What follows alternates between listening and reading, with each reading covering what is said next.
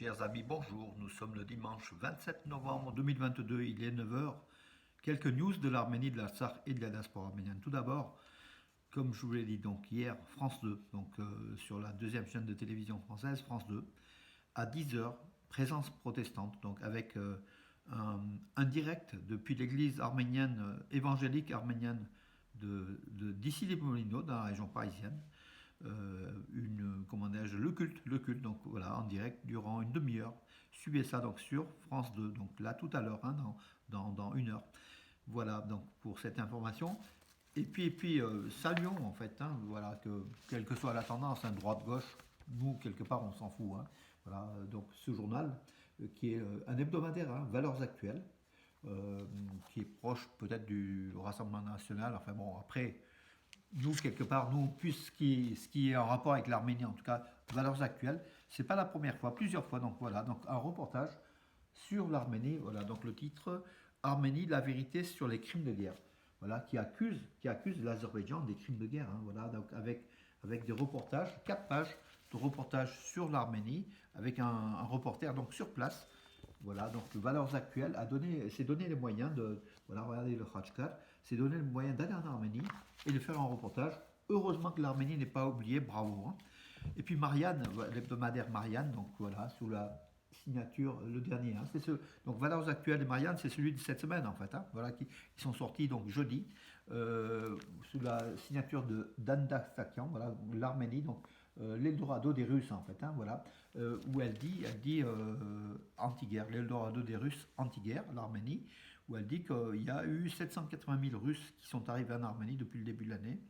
Mais actuellement, il y a 40 000 qui sont restés, donc qui sont toujours en Arménie. Sans doute, ils sont installés. Donc, Marianne, voilà. Donc, deux articles donc, sur l'Arménie cette semaine, donc surtout ce reportage. Et, et je remercie Yerevan Ayastan qui nous l'a signalé avant tout le monde. Hein, voilà, cela.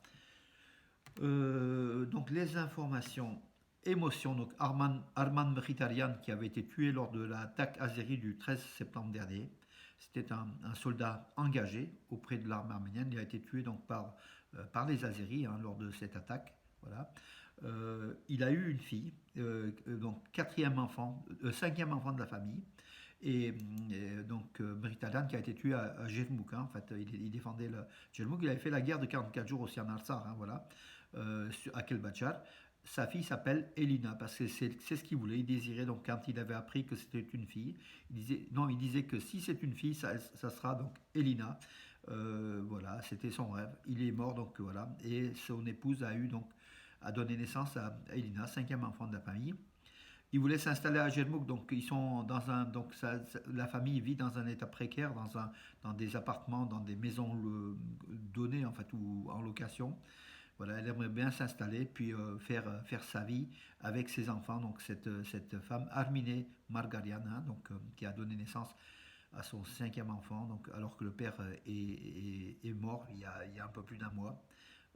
Il y a pratiquement 2 mois, pardon, oui, à Djermouk, en défendant la patrie arménienne. Voilà une histoire triste, mais en même temps, une famille de 5 enfants, bravo, bravo.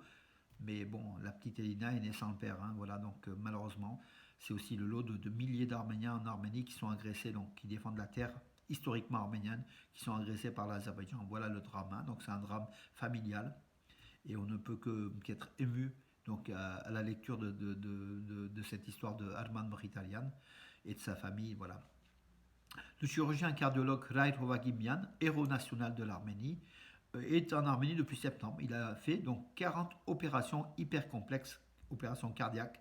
Voilà, donc un grand professeur à l'hôpital Nord-Malash à Yerevan. Hein, voilà.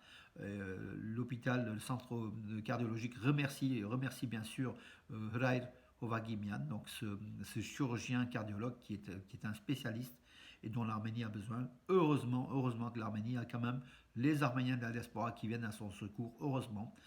Sinon, on peut pas, on imaginerait encore la situation encore plus dramatique de l'Arménie. Voilà, bravo à ces Arméniens de la diaspora qui s'investissent par leurs compétences en Arménie. Et ce cardiologue a sauvé des vies, hein, dans les 40 opérations complexes. Il y a eu sans doute quelques dizaines de vies sauvées, hein, puisque c'était des opérations d'extrême urgence, hyper compliquées, que l'Arménie n'avait pas encore la technicité il a effectué, bravo.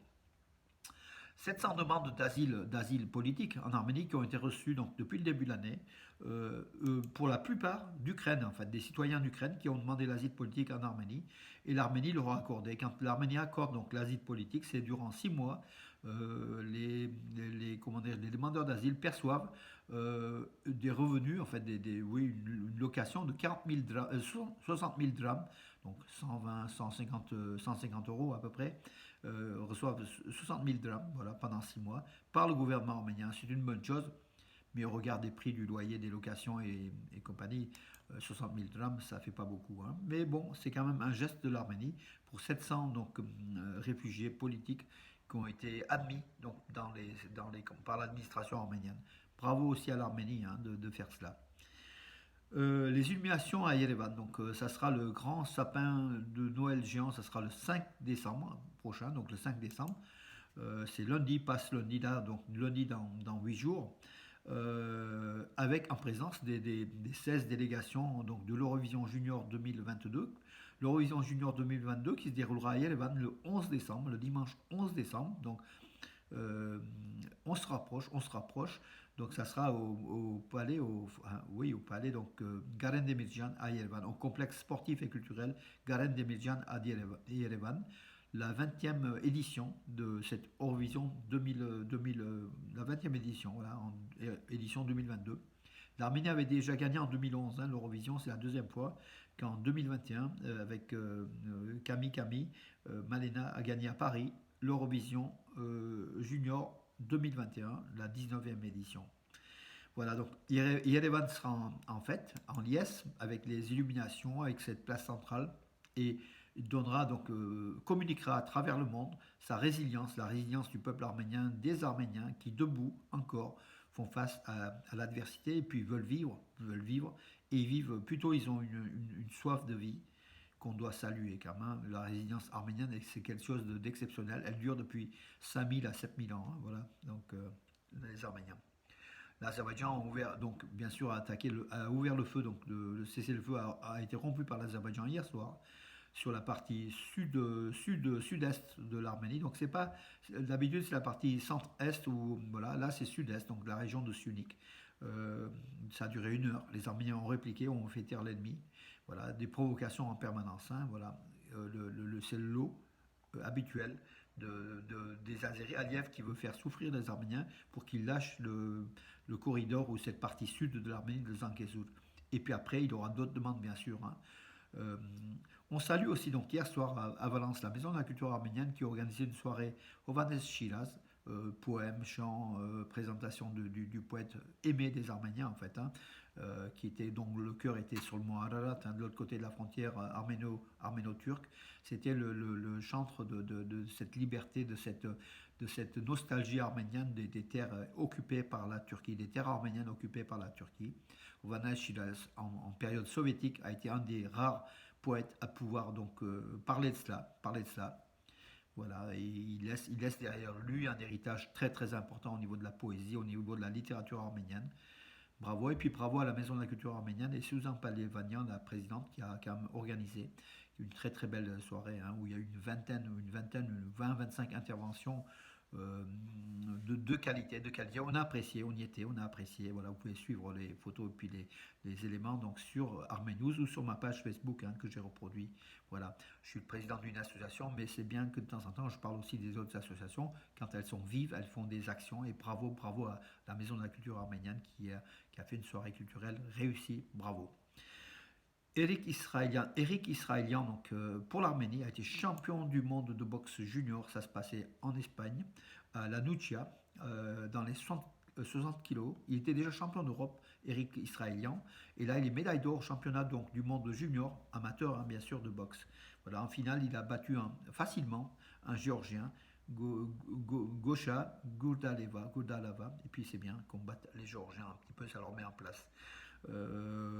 Parce qu'ils sont c'est un peuple très très par rapport aux Arméniens, il y a quand même un problème, ils sont très très fiers, ils sont très jaloux peut-être les Arméniens, ils sont spéciaux les Géorgiens, sans généraliser, mais bon, l'ensemble c'est l'impression qu'ils donnent en tout cas aux Géorgiens, à la Géorgie de bouger et puis d'avoir plus de considération pour le peuple frère, le peuple cousin, comme ils disent, des Arméniens, puisqu'ils sont issus d'une même famille d'après la légende géorgienne. Mais les Géorgiens ne font pas voir cela, hein. Voilà, voilà, ils complotent plutôt avec les Turcs, turco-azéris que les Arméniens.